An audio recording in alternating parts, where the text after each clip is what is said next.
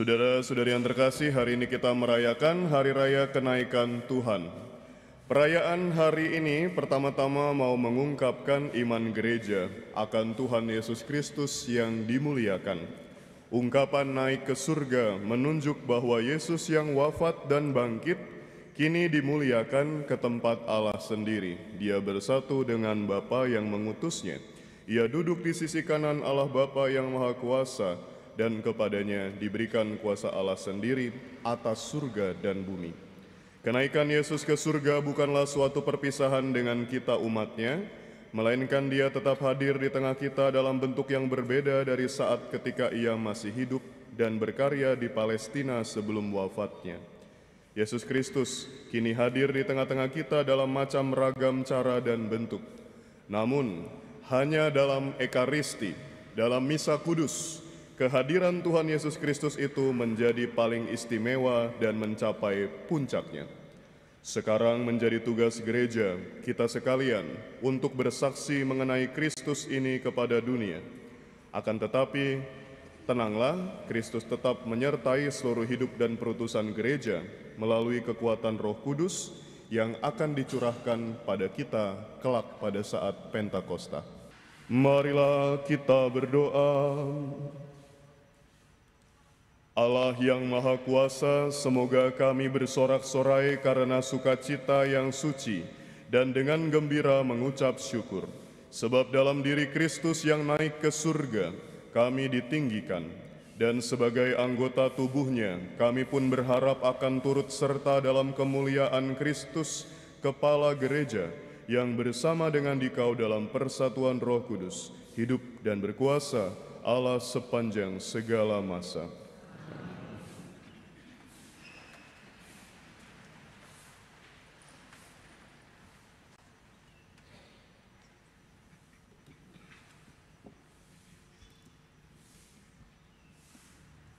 Bacaan dari Kisah Para Rasul.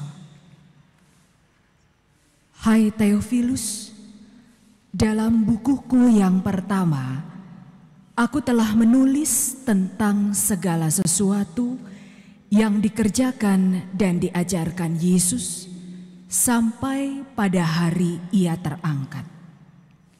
Sebelum itu, berkat kuasa Roh Kudus, Ia telah memberi perintah kepada rasul-rasul yang dipilihnya. Setelah penderitaannya selesai, Ia menampakkan diri kepada mereka, dan dengan banyak tanda, Ia membuktikan bahwa Ia hidup. Sebab selama 40 hari, Ia berulang-ulang menampakkan diri dan berbicara dengan mereka tentang kerajaan Allah. Pada suatu hari, ketika makan bersama dengan mereka, Yesus melarang mereka meninggalkan Yerusalem. Ia menyuruh mereka tinggal di situ menantikan janji Bapa. Katanya, "Kamu telah mendengar janji Bapa itu dariku, sebab Yohanes membaptis dengan air, tetapi tidak lama lagi kamu akan dibaptis dengan Roh Kudus." Maka bertanyalah mereka yang berkumpul di situ, "Tuhan, pada masa inikah Engkau mau memulihkan kerajaan bagi Israel?" Jawabnya, "Kamu tidak perlu mengetahui masa dan saatnya yang ditetapkan Bapa sendiri menurut kuasanya. Tetapi kamu akan diberi kuasa, dan kamu akan menjadi saksiku di Yerusalem, di seluruh Yudea dan Samaria, bahkan sampai ke ujung bumi." Sesudah mengatakan demikian, terangkatlah Yesus disaksikan oleh murid-muridnya sampai sebuah awan memisahkan Dia dari pandangan mereka. Ketika mereka masih menatap ke langit setelah Yesus naik, tiba-tiba berdirilah 2 orang berpakaian putih di samping mereka dan berkata, "Hai orang-orang Galilea, mengapa kamu berdiri menatap ke langit? Yesus yang terangkat ke surga meninggalkan kamu ini akan datang kembali dengan cara yang sama seperti kamu lihat dia naik ke surga." Demikianlah sabda Tuhan.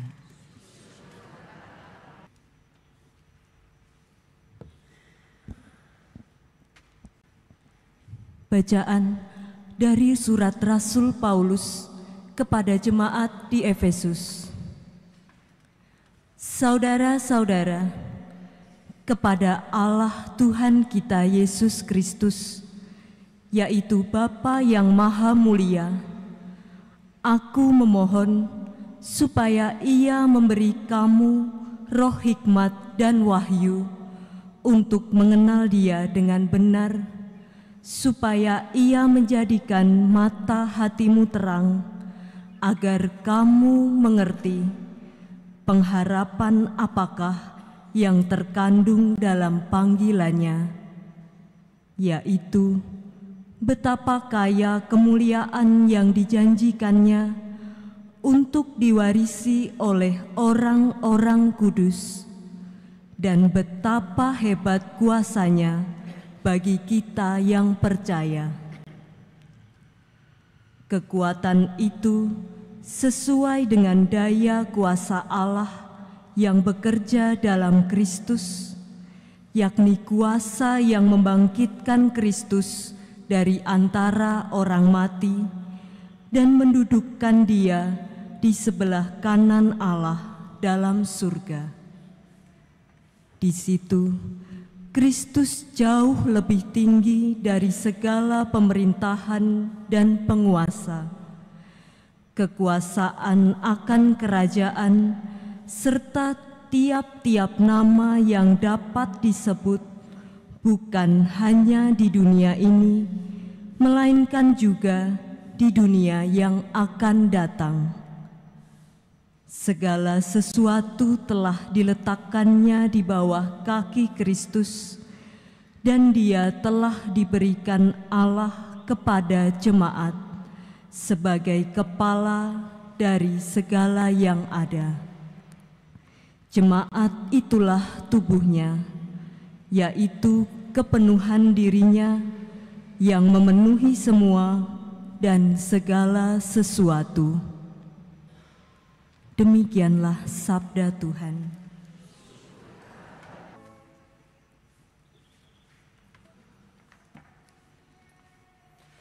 Tuhan bersamamu.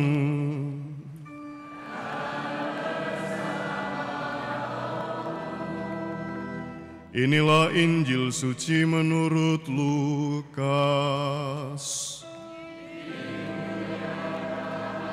Tuhan.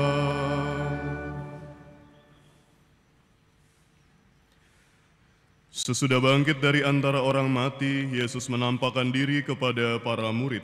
Katanya kepada mereka, ada tertulis demikian, Mesias harus menderita dan bangkit dari antara orang mati pada hari yang ketiga.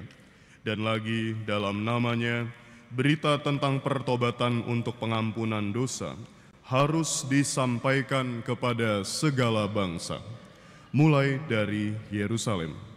Kamulah saksi-saksi dari semuanya ini. Lihatlah, aku akan mengirim kepadamu apa yang dijanjikan Bapa-Ku, tetapi kamu harus tinggal di dalam kota ini sampai kamu diperlengkapi dengan kekuasaan dari tempat tinggi. Lalu Yesus membawa murid-murid itu keluar kota sampai dekat Betania. Di situ Ia mengangkat tangannya dan memberkati mereka. Ketika sedang memberkati mereka, Ia berpisah dari mereka dan terangkat ke surga. Mereka sujud menyembah Dia, lalu pulang ke Yerusalem dengan sangat bersukacita. Mereka senantiasa berada di dalam bait Allah dan memuliakan Allah. Demikianlah sabda Tuhan. Terpujilah Kristus.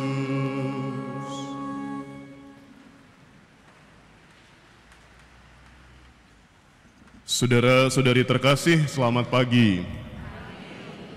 Ada orang bertanya kepada saya, kenapa ya hari raya kenaikan, Pastor, selalu dirayakan hari Kamis?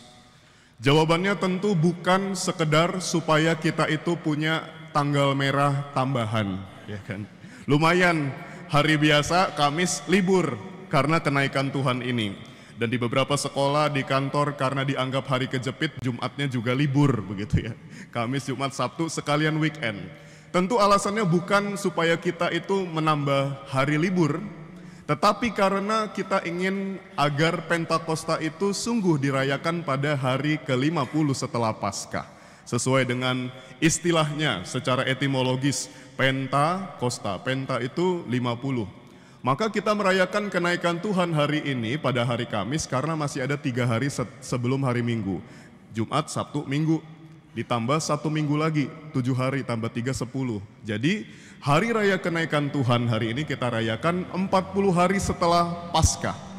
Di dalam bacaan pertama tadi dikisahkan bahwa Yesus 40 hari lamanya berkeliling-keliling, masih menampakkan diri berkali-kali kepada para muridnya, masih juga memberikan pengajaran dan juga berbuat beberapa mukjizat di antara orang-orang Palestina, di antara masyarakatnya. 40 hari setelah Paskah, setelah wafat dan kebangkitannya. Maka setelah 40 hari ini kita merayakan kenaikannya ke surga. Dan secara peristilahan, saudara-saudari, sebetulnya lebih tepat bagi kita untuk menyebut hari ini sebagai Hari Raya Kenaikan Tuhan. Memang itu nama resminya ya. Ada di beberapa kalender liturgi, bahkan di dalam Injil juga dikatakan, Yesus terangkat ke surga. Yesus diangkat ke surga. Tetapi sekali lagi, alangkah lebih baiknya kalau kita menyebut perayaan ini sebagai Yesus naik ke surga. Kenaikan Tuhan itu, kata kenaikan itu lebih netral ya. Kenapa? Karena kalau terangkat atau diangkat ke surga, itu seolah-olah Yesus itu pasif, ya kan? Seolah-olah ada kekuatan lain yang menariknya. Tetapi karena Yesus adalah Tuhan, sesungguhnya dia bisa naik sendiri ke surga.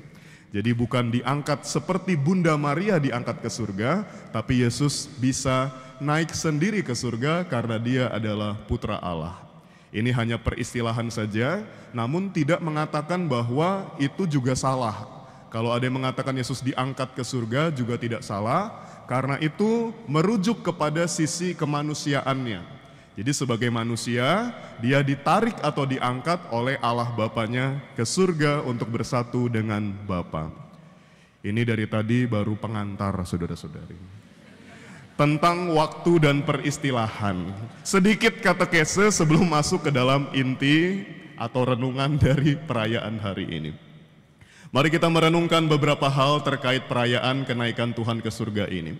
Yang pertama, saudara-saudari, dulu sebelum saya pindah ke katedral ini, saya bertugas di Biara Pratista di Cimahi Atas ya.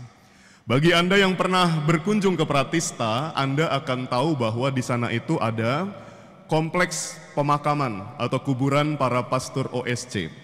Itulah pemandangan sehari-hari yang dilihat oleh sebagian besar pastor karena sebagian kamar menghadap ke kuburan itu.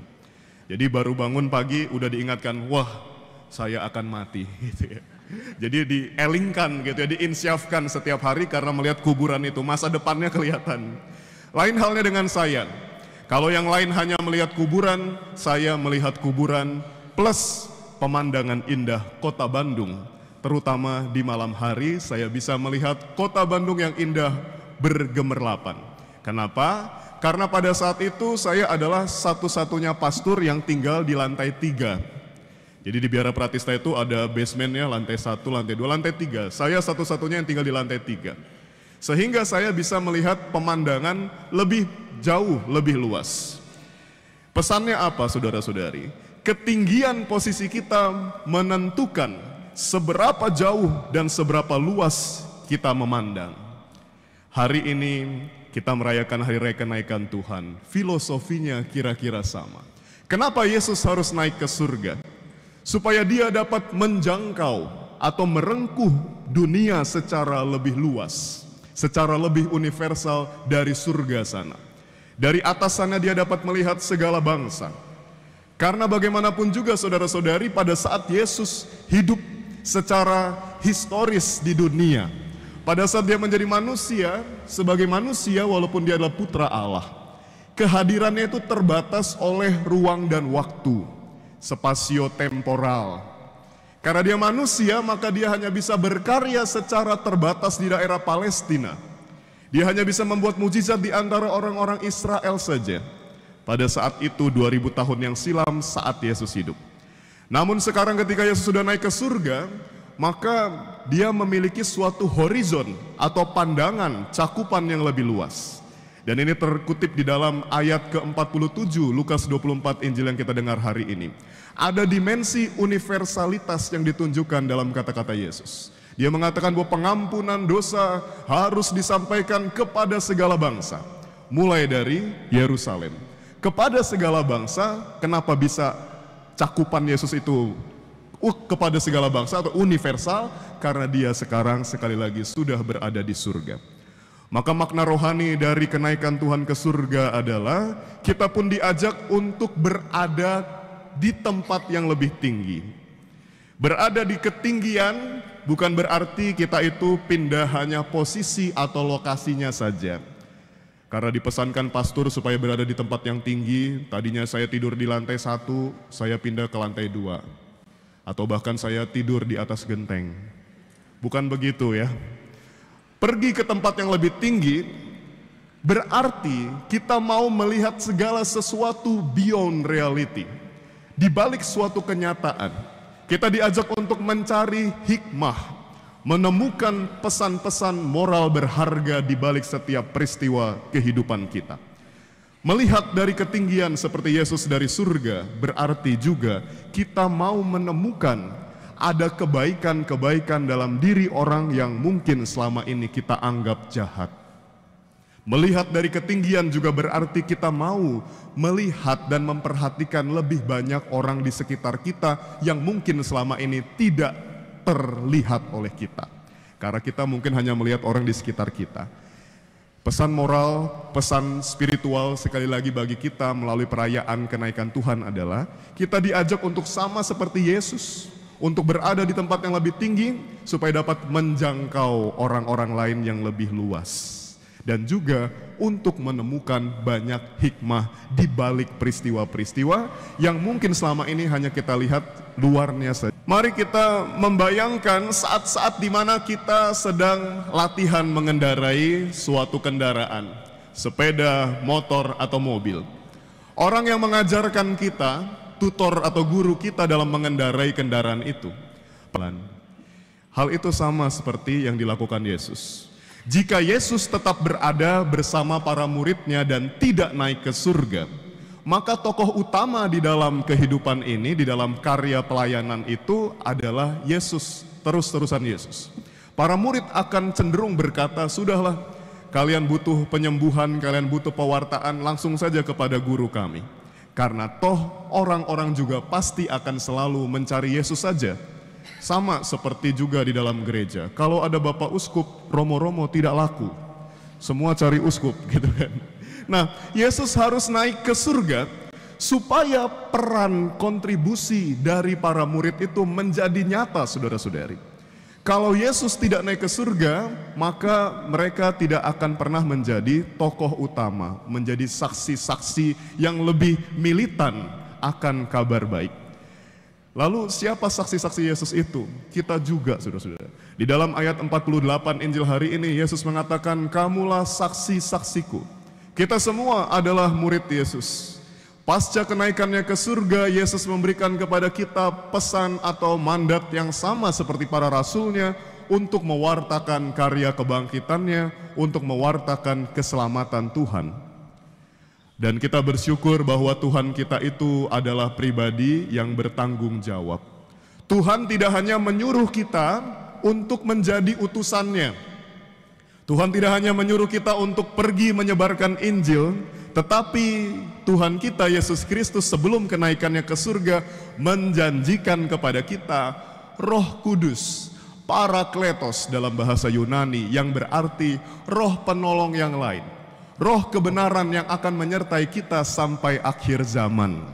Kita bersyukur karena kalau Yesus tidak naik ke surga, Roh Kudus ini tidak akan bisa dicurahkan kepada kita. Jadi kenapa harus naik ke surga? Supaya kita memperoleh penolong yang lain, supaya Yesus dapat bekerja atau berkarya lebih luas untuk dunia. Karena Roh Kudus ini juga punya fungsi yang sangat besar. Di dalam perikop lain dia berkata, Yesus berkata, Roh ini akan menginsyafkan dunia, akan kebenaran, akan dosa, dan akan penghakiman. Roh Kudus ini akan menyertai kita sampai akhir zaman. Kita punya penolong yang lain yang senantiasa menyertai kita di dalam diri kita. Sekali lagi, ini hanya bisa terjadi karena Yesus naik ke surga.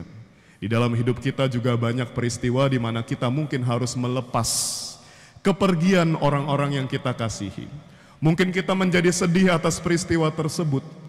Namun kalau kita pikir-pikir di masa sekarang, perpisahan itu harus terjadi. Supaya apa? Agar kita menjadi pribadi yang lebih matang, menjadi lebih dewasa, menjadi lebih mandiri. Demikianlah setiap peristiwa perpisahan itu selalu mengandung hikmah. Setiap peristiwa dalam hidup kita, bahkan yang menyedihkan termasuk perpisahan, seperti yang dialami oleh para muridnya dengan Yesus, itu membuat mereka bersedih, namun selalu ada hikmah di baliknya. Dan akhirnya saudara-saudari, pesan terakhir dari hari raya ini adalah bahwa kita jadi memiliki tujuan yang jelas dalam hidup ini. Yesus berkata dalam Yohanes 14, "Di mana aku berada, di situ pun engkau, para muridku, akan berada." Jadi kalau Yesus hari ini naik ke surga, kenaikannya ini memberikan kepada kita orientasi atau tujuan yang jelas dalam hidup ini. Kita yakin bahwa kita pun orang percaya pasti akan sama nasibnya seperti Tuhan kita. Kelak ketika kita sudah mati, kita akan dapat naik ke surga. Dan ini terjadi karena penyertaan Roh Kudus tadi yang menuntun kita di dalam kebenaran sepanjang hidup. Kalau hidup kita tidak benar, kita tidak akan bisa menyusul Yesus ke surga. Inilah pesan-pesan yang bisa kita petik dari hari raya kenaikan Tuhan. Semoga pada saatnya nanti kita juga dapat berada di surga bersama Tuhan kita. Mari kita terus hidup di dalam kebenarannya. Tuhan memberkati.